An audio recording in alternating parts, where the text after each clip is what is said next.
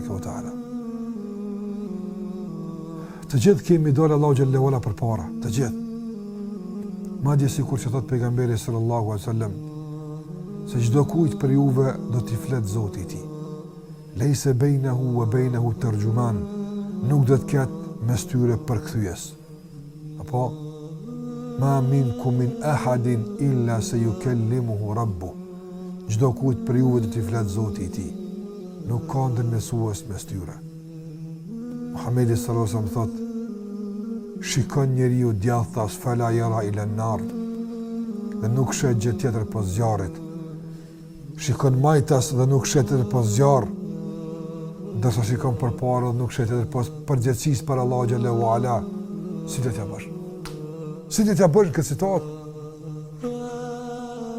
Ai i cili ka hidhur Allahu xhallahu ala vazhdimisht me mëkate, me shmange nga detyrimet dhe obligimet, me shkelje të vijave që Allahu ka ndaluar të shkelen, me kryerje të veprave të ndaluara, e ka hidhur Allahu xhallahu ala dhe ka dalë nga kjo botë pa u pajtuar me te, pa u penduar nga këto vepra. Çfarë lumturia për këtë njeri? Ai njeri që ka hidhur Allahu xhallahu ala, më tregoni se ku ndëruar, çfarë ditë bardha për këtë njeri? E ka hidhur Zotin e gjithësisë, e ka hidhruar krijuesin e tij, atë që është kujdes për te, e ka krijuar, e ka hidhruar të gjithë mëshirshmin, e ka hidhruar të butin, e ka hidhruar atë i cili i don rob të vet.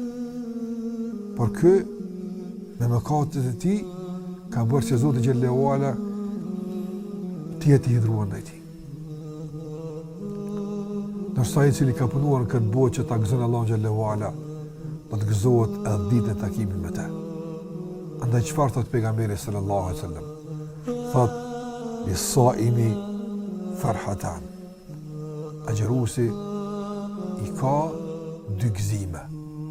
Farhatun inda fitrih wa farhatun inda liqa'i rabbih.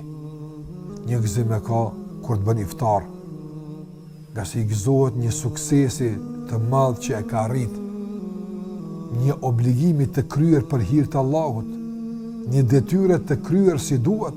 I gëzohet në iftar, besimtari i gëzohet iftarit, jo për shkak se ka mundësia që të hanë bukë, por për shkak se e ka kryer detyrën si duhet. Kësa i gëzohet. Dhe për shkak të këtij gëzimi këtë botë, do të gëzohet në botën tjetër, patjetër. Farhatun inda fitri wa farhatun inda liqa'i rabbi. Edhe një gëzim kur e takon Zotin e tij. Prandaj ai që dëshiron të takon Allahun e mëdhenuar dhe Allahu të jetë i kënaqur ndaj tij, Allahu xhallahu ala të jetë i gëzuar me takimin me te, le ta kënaqë Allahun dhe le ta gëzon Allahun që nga kjo botë.